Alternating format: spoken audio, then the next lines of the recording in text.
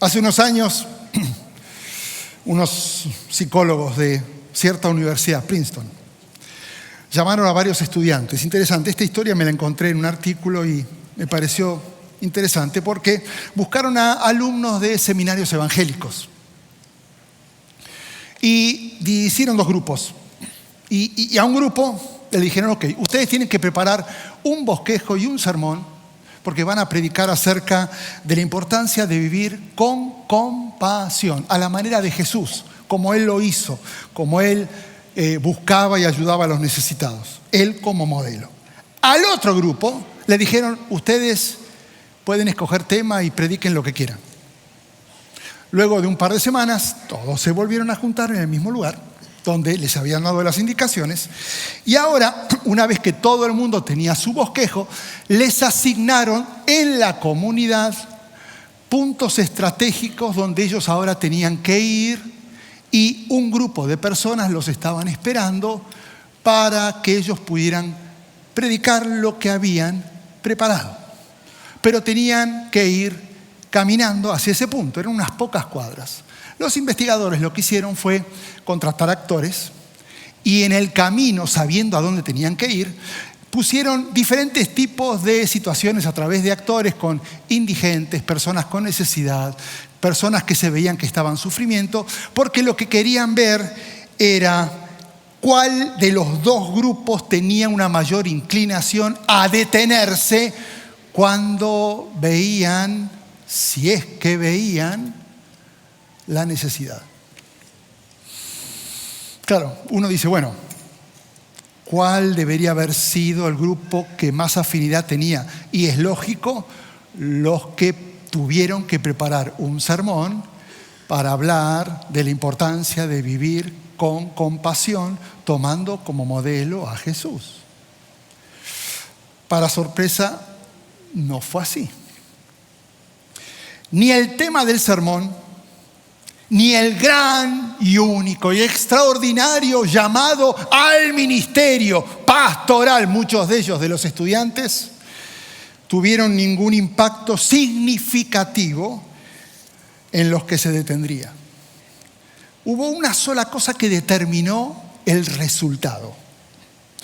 Justo antes de salir, de una forma informal, intencional, uno de los investigadores se acercó a un grupo que estaban charlando antes de salir a donde tenían que ir y les dijo, muchachos, si no se apuran, van a llegar tarde.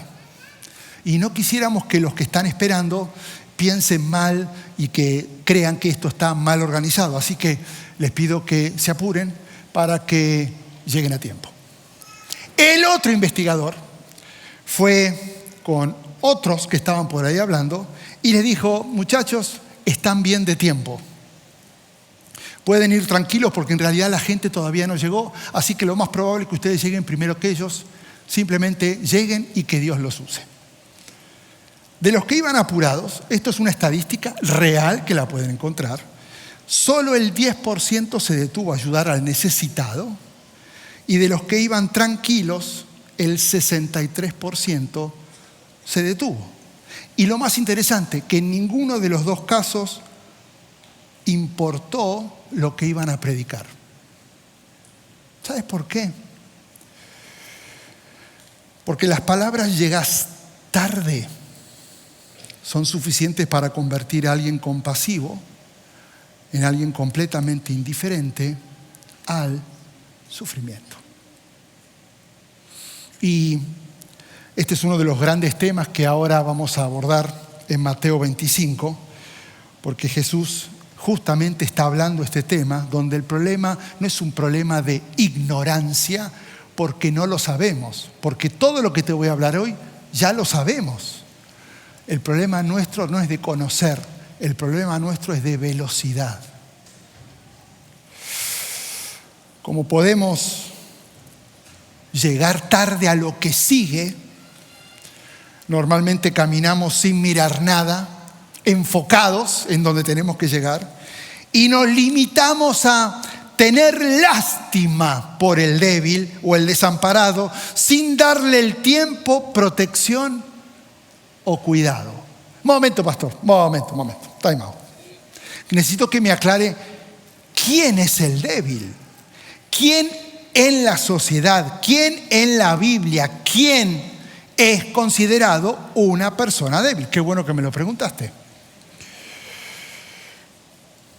Hay varias categorías por las cuales alguien puede ser considerado débil. Por un lado, son los que se agotan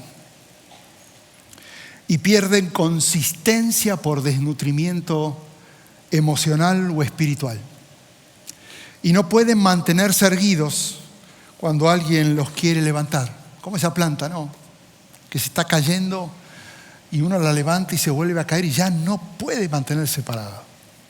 Son aquellos que dieron tanto que se quedaron vacíos.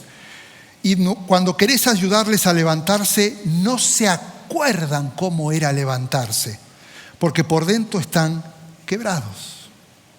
Son aquellos que tal vez fueron heridos y en vez de confrontar o pedir ayuda, lo guardaron en silencio con la esperanza de que el tiempo los sane, sin darse cuenta que mientras esperaban, el alma se secaba cada día más. Por eso te vas a encontrar con más débiles de lo que vos pensás. Y vas a ver a todos que siguen de pie, pero por dentro están rotos. Interesante lo que dice el salmista David. Dichoso el que piensa en el débil. No dice el que ve al débil, porque ver algo no es garantía de que hagas algo por esa persona. Pero cuando pensás en la persona, sí vas a terminar haciendo algo por el débil. Por otro lado, la debilidad o el débil es el que comienza a caminar encorvado y aplastado por un peso que comienza a exceder sus fuerzas y que no tiene que ver ni con pobreza, ni tiene que ver con una pérdida puntual, sino por llevar sobre sus hombros algo que es extremadamente pesado, que se fue acumulando a lo largo del tiempo y que no lo pudo evitar y ahora no lo puede soltar. Pensá en el peso de una enfermedad. Pensá en el peso de ser parte de una familia disfuncional. Pensá en el peso de haber vivido abandono, abuso. Por eso cuando Dios le habla a su pueblo a través del profeta Isaías, lo que debemos hacer con esta clase de personas, no usa sustantivos ni describe actitudes. Lo que usa son verbos, porque el verbo genera una acción.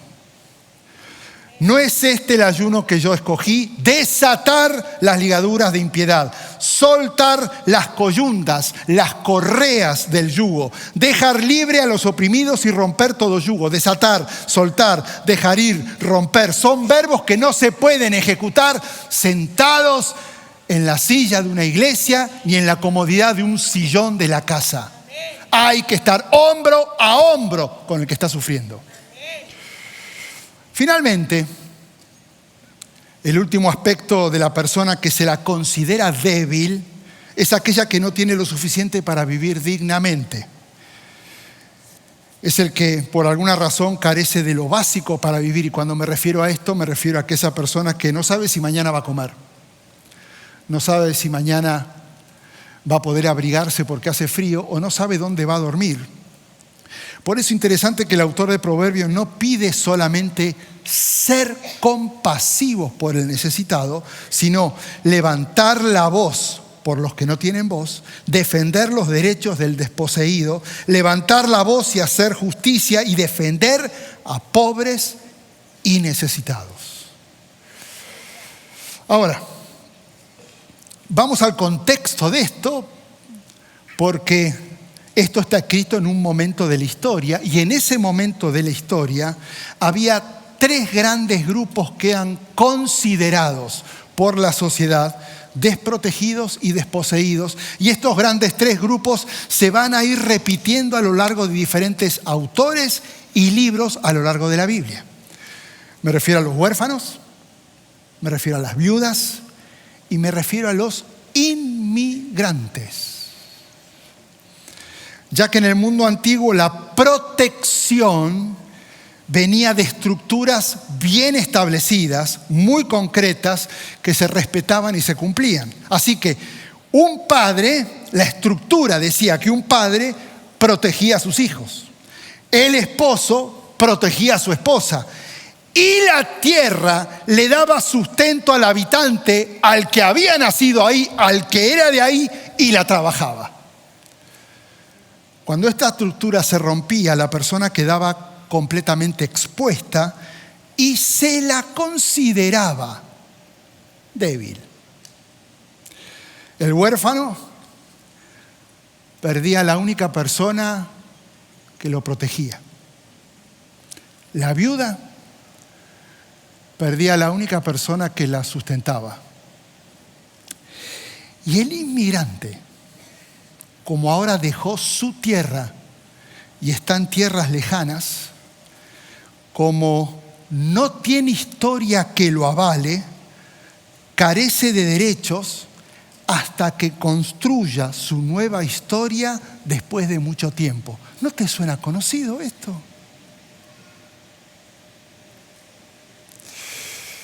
Hoy el débil no es el inseguro, es el adolescente que creció sin padre y no sabe cómo ser hombre porque nadie se lo enseñó. Hoy el débil no es la persona que no tiene carácter, sino esa mujer que enviudó y de repente tiene que resolver sola lo que antes se resolvía de a dos. Hoy el débil no es aquel que no tiene profesión o no tiene trabajo, sino ese inmigrante que batalla con el idioma, que está batallando con papeles y como no tiene crédito, siente que no existe ni es parte de un sistema. ¿Está conmigo o no? Les tengo una noticia, estamos rodeados de débiles. Débiles por diferentes circunstancias.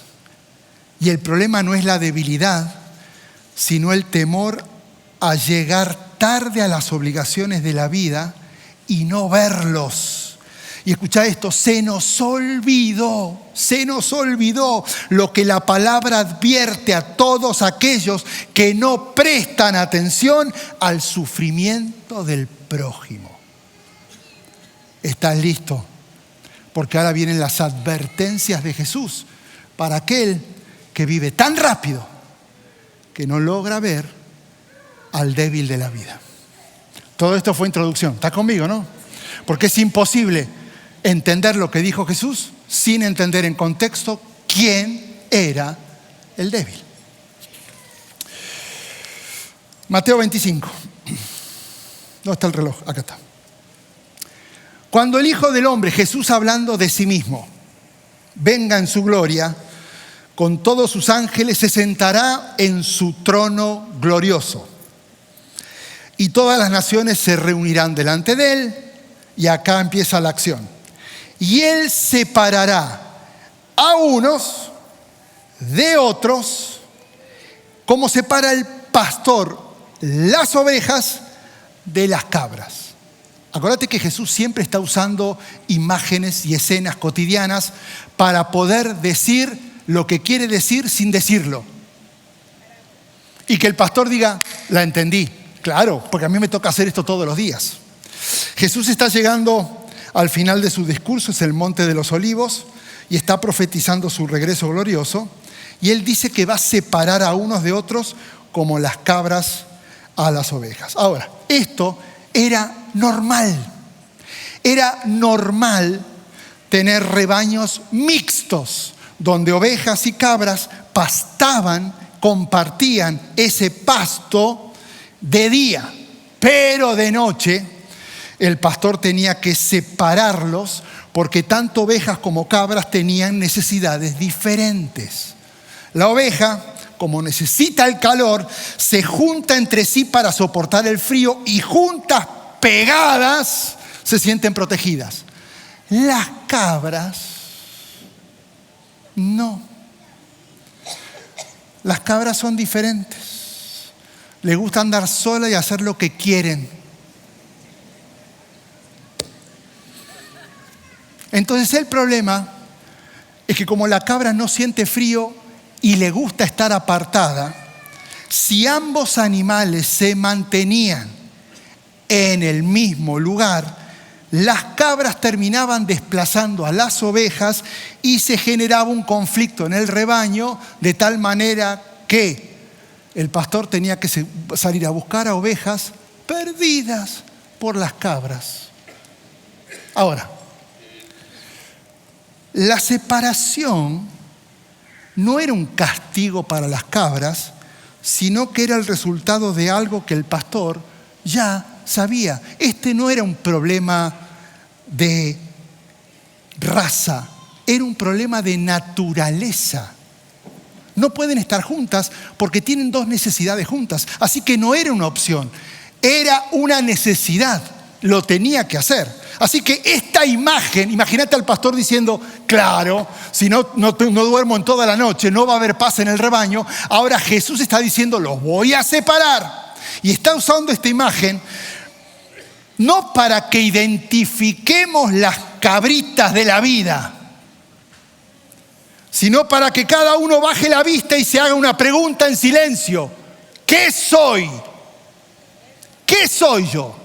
Y la respuesta, lo que yo vaya a pensar de mí mismo, no se determina por lo que declaro que soy o lo que deseo ser, sino por la forma en que vivo.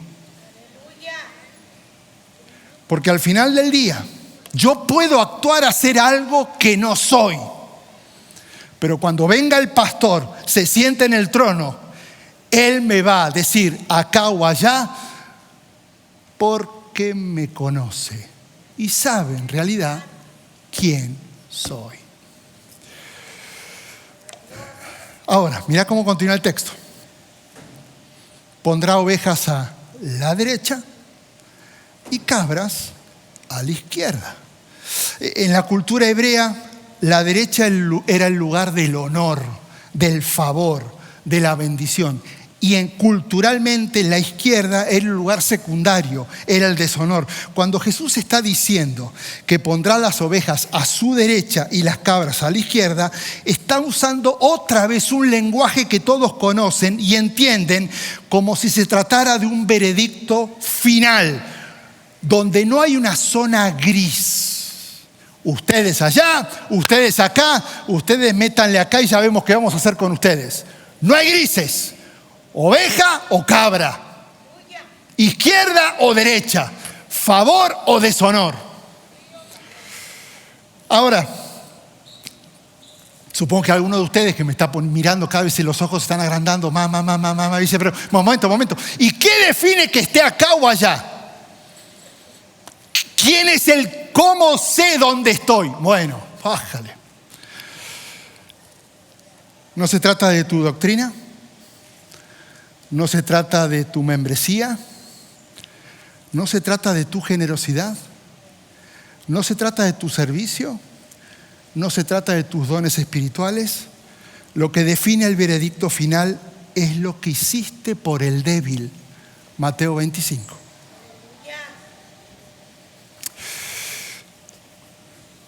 ¿Qué hiciste frente al débil cuando estuvo delante tuyo?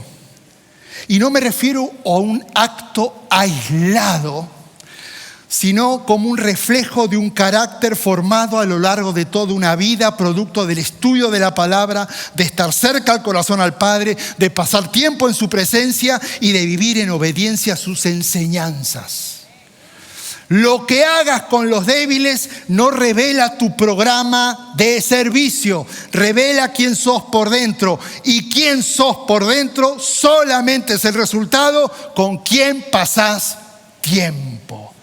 Podés fingir, pero cuando venga el pastor, se siente en el trono, a él no lo podés engañar y va a decir derecha o izquierda. Así que el rey, continúa la historia, no se la agarren conmigo, es una historia de Jesús. Ahora, mira a la derecha. Vamos a hacer de cuenta que ustedes son la derecha, las ovejas del rebaño de Champion Forest. Ustedes son, no, vamos a seguir acá. Ok. Ahora, mira a la derecha Y dice el verso 34. Vengan ustedes a quienes mi Padre ha bendecido. Reciban su herencia. El reino preparado para ustedes desde la creación del mundo. Momento, pero ¿por qué este grupo está recibiendo la herencia? Versículo 35. Porque tuve hambre y me dieron de comer. Porque tuve sed y me dieron de beber. Porque fui forastero y me dieron un lugar donde alojarme.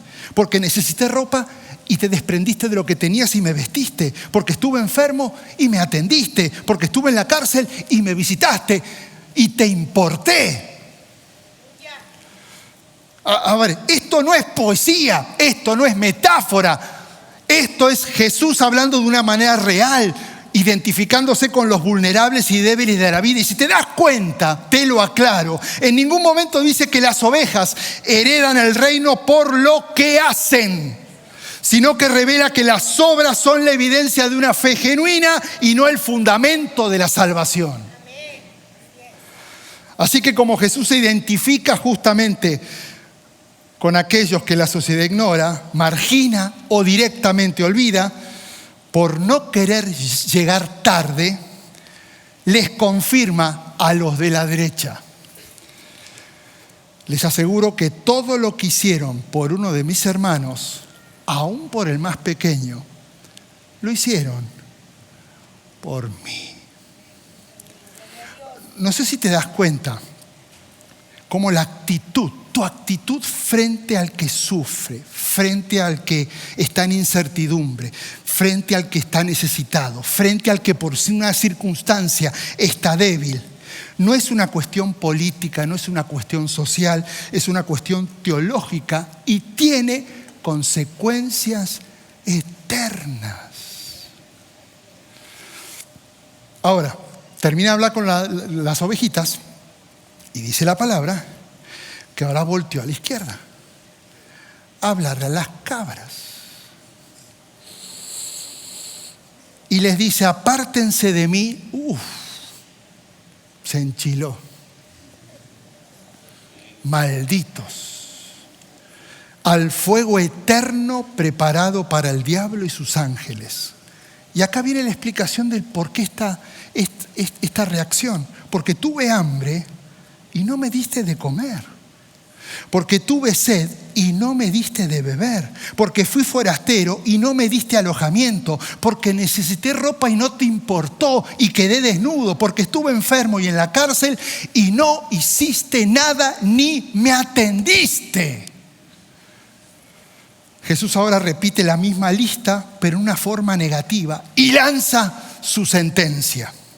Les aseguro que todo lo que no hicieron por el más pequeño de mis hermanos, tampoco lo hicieron por mí. Así que irán al castigo eterno y los justos a la vida eterna. Esto es serio.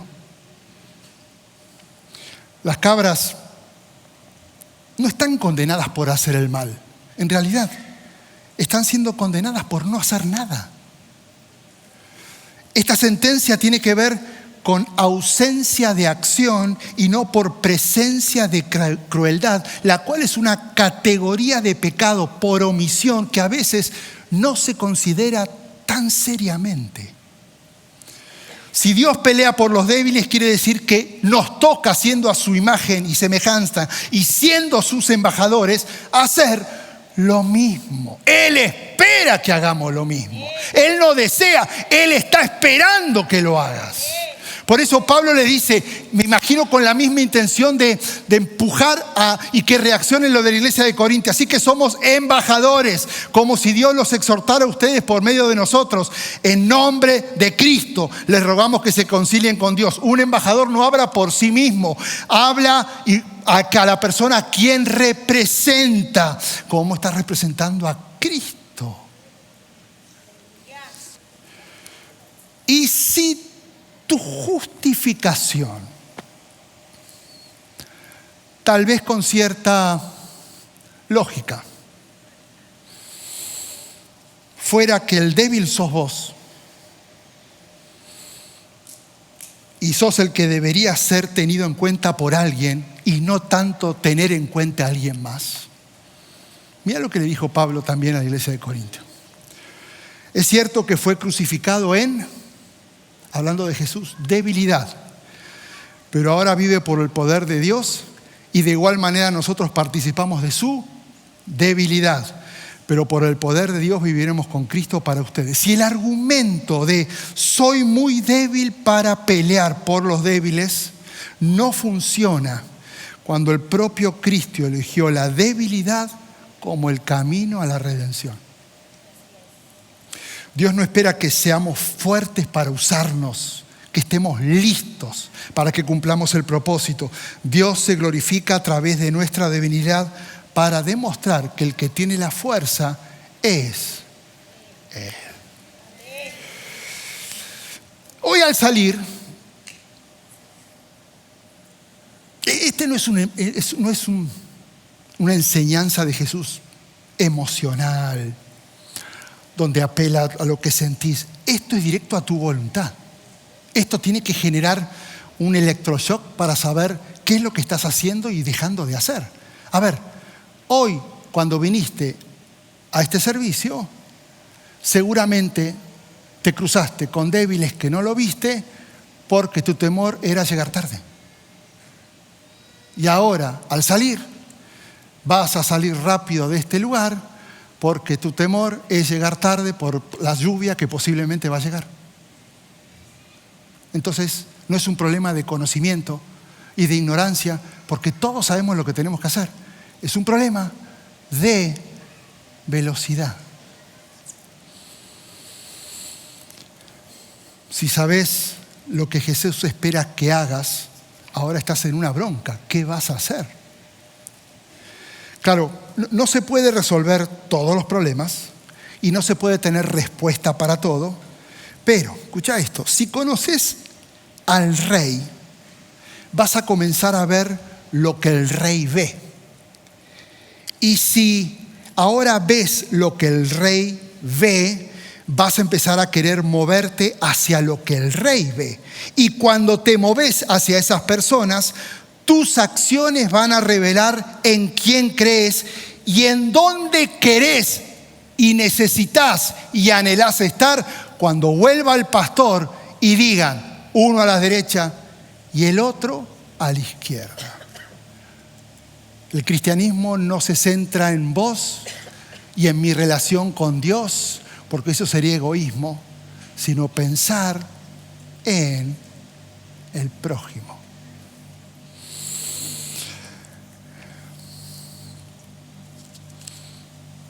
Antes de cerrar,